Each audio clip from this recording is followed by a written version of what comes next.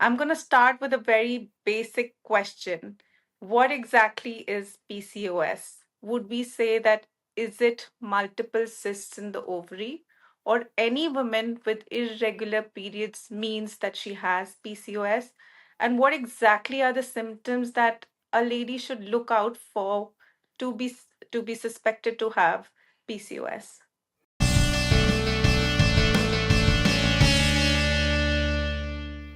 So, PCOS is one of my favorite things to talk about.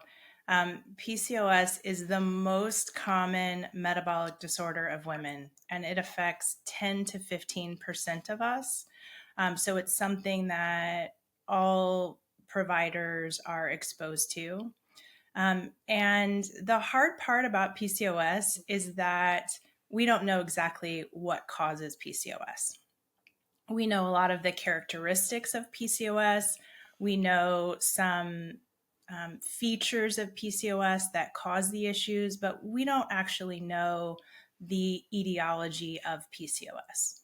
But I think to explain the symptoms that women see with PCOS, you have to kind of go back to the pathology of PCOS. And I think of it as kind of a triad, a circle of dysfunction that is based a lot in insulin and insulin resistance, obesity, and inflammation.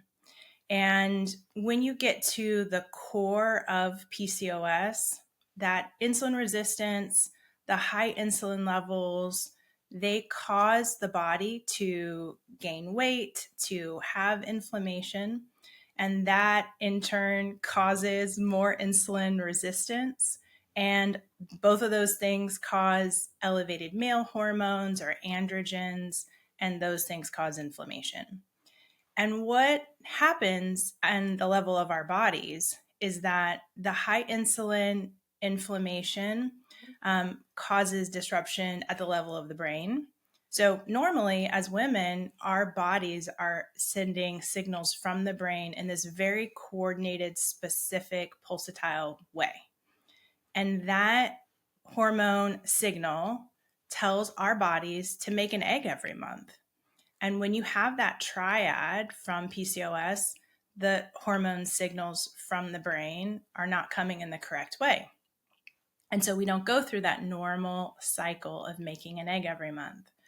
At the level of the ovaries or the eggs, that's also causing issues with the environment. So they're not developing as well as they should, they're not functioning as normally. And it also affects, from being a fertility specialist, it affects how the eggs actually create the embryos and how it implants into the uterus as well. So that dysfunction and dysregulation at all these different layers in a woman's body cause the symptoms that we see with PCOS. So what a woman is going to present with first is irregular cycles. So she may skip periods altogether. The cycles can come irregularly, like every 3 months or 6 months. Some women never get a period without taking medications that have PCOS. They're going to see elevated male hormones, either in blood work when they go to the doctor or something symptomatic like elevated hair growth or even balding in a male pattern. And so those are the kind of symptoms they can see: fatigue, easy weight gain, difficulty losing weight. That irregular bleeding can also not only skipped periods, but it can be frequent cycles. And so those are typically the symptoms that women are going to present with. And as a fertility physician, I often see women that have PCOS because that lack of making an egg every month and not ovulating also contributes to their infertility. Yeah, absolutely. So, Dr. Brown, you also mentioned insulin resistance. Now, can you expand a little more on that? We often talk about insulin resistance mostly in the context of people who are overweight or obese and the diet and lifestyle that's contributing to it. So, would we define PCOS as a diet and lifestyle disorder? And are those the only factors that are leading to PCOS, or is there something else also that may be contributing to people who have PCOS?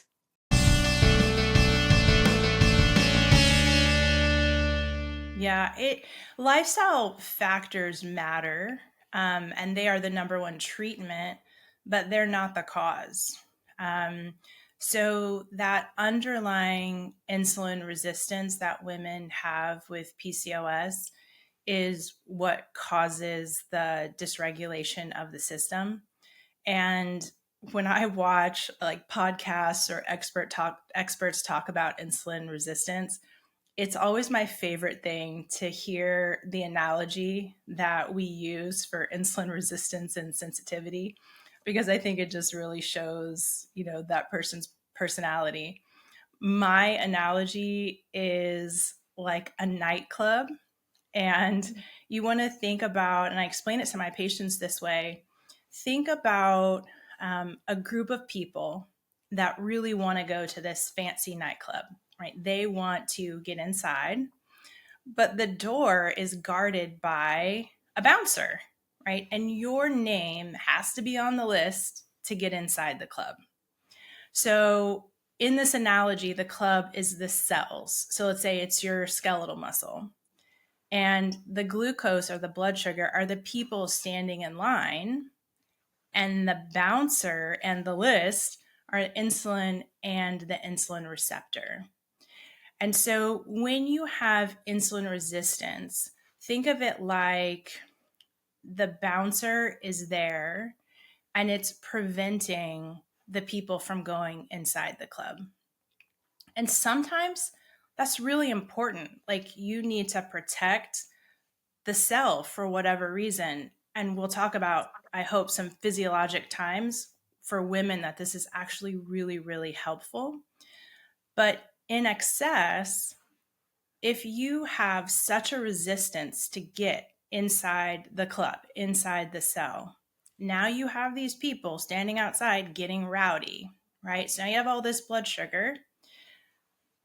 You're going to call in more bouncers, right? You're going to keep more people out because now there's all of this kind of mayhem outside. So that extra blood sugar, where is it going? It's going to the liver. It's causing fatty liver. It's disrupting, as we talk about the female reproductive system, it's disrupting the brain. It's disrupting the ovaries, all of those things that we are talking about. So women that have PCOS, their system is already naturally set up this way.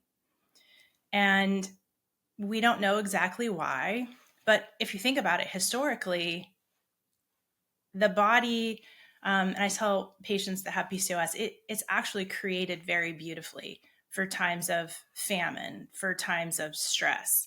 Like, you really want your body to be able to live in a time where there's not a lot of food, there's stressful events. Women that had PCOS were probably protected, which is why it may be so common in our current, our current population. But when you have high levels of sugar everywhere, processed foods, lack of exercise, then that insulin resistance becomes a problem. And we have all of these downstream effects and manifestations of that. But lifestyle didn't cause it to happen. It's just predisposed to be that way. The reason lifestyle is the number one recommendation is because getting our bodies back to the way that they were potentially meant to exist, with high levels of activity, whole foods, a lack of processed foods, then the system works well. The glucose goes into the cell, people go into the club, they do what they need to do, the system functions really normally. So that's why, I try to always frame these pathologic systems right now in a more positive way, because I don't want women to feel like they're broken. They're not broken. The system is made to function really well. It's just not our current environment. I love the analogy. I've never heard of it. It's very impressive how you can explain it. Tell you, it says a lot about the person I when know, you listen to right? their analogies. Yes.